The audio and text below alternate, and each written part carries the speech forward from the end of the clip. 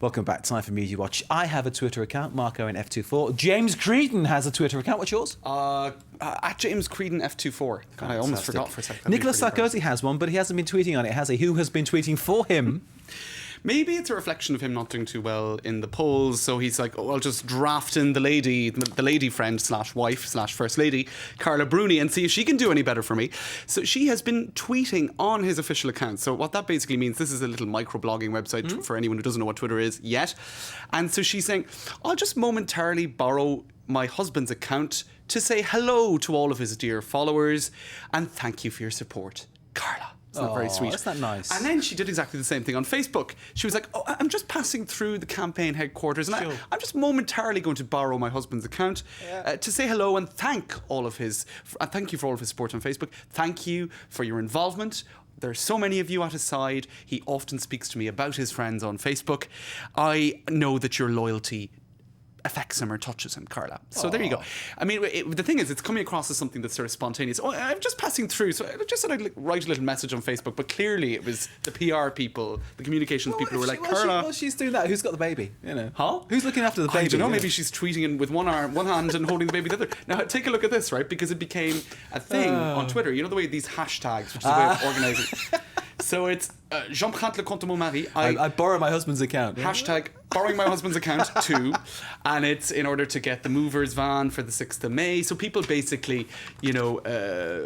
That's when he loses, they're saying. Yeah. That's exactly it, to move them out. So it's people taking what they see as a little, you know, a bit of a communications exercise and mocking it, basically. So there you go. You can't get away with anything these days. You're going to be the butt of a joke on Twitter at some point or other. Okay, at James Creedon. Is that what it's called, yours? James Creedon. Okay. That's it.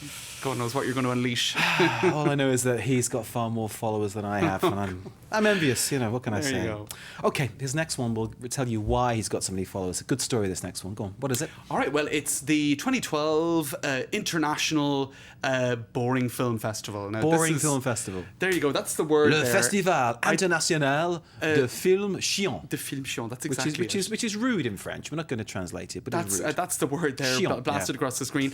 And so they've got loads and loads of films, but the common thread between them all is that they're a little bit boring. Right? Okay, that's the idea. They are judged boring, or they.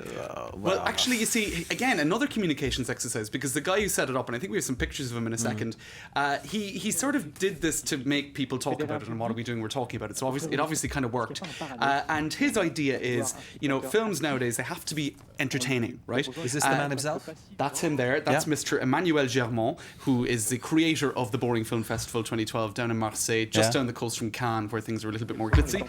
And he said, look, you know, films should also be about self-expression. Yeah. They should be about, you know, you should have the freedom to say what you want, do what you want, you know, without these restrictions. And the risk is that it can be seen as boring. But for film buffs, for people who are prepared to take the risk of looking at something boring, then this is a film festival. What's the most boring film you've ever seen, James?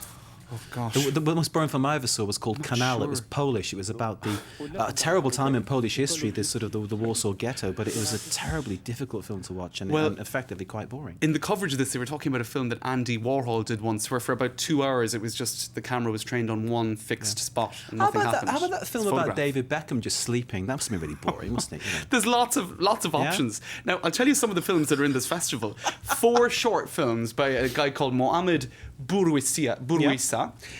One shows a prisoner, one shows a cigarette salesman, and the idea is that they're given the camera and they just film their daily lives. And so I suppose, you know, these could be kind of art house, realistic kind of movies. What's your favourite film, they could be a bit boring. What's your favourite film? God, I'm not very good at remembering films. I forget films. Spartacus by Stanley Kubrick. I actually can't think. You've put me on the spot and I can't think of something. I put you on the spot. Tintin by Spielberg. No, I'm definitely not. Definitely not, no. I can tell you the films that are not my favourites. Not even Captain Haddock, who reminds me of my uncle. Gosh, I don't know. I'm not sure if that's a favourite film either. I'm sorry. Okay, give me your next story, sir. Right, the final story. Now, this is, it sounds like a Bond movie, speaking of movies. Great. I like the Bond Diary films. of a Rose Spy. but it's actually a blog from a socialist guy who's inside Francois Hollande's headquarters. Now, the thing is, Hollande is well ahead in the polls. It looks like it's a safe bet at this point to say he's going to win, right? But the thing is, once in the Fifth Republic ever, the socialists won the presidential election with François Mitterrand back in 1981. So they don't believe in themselves. And what he's pointing out in this blog is that no matter how good the news is, if there's one piece of bad news, everyone gets depressed or panics or gets really nervous. And he says this particular guy, who is an anonymous blogger from inside the headquarters of the Socialist Party campaign, says that he spends his time being a therapist to other people working at the headquarters, trying to reassure them that, look, things are looking pretty good.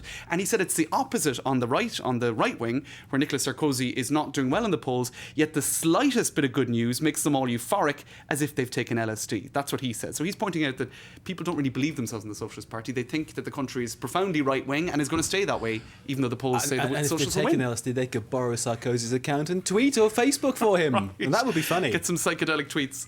James, our time is up, sadly. All right, well, there but you I'm go. sure we could fill so much more time. James Greeton, as ever, with Media Watch.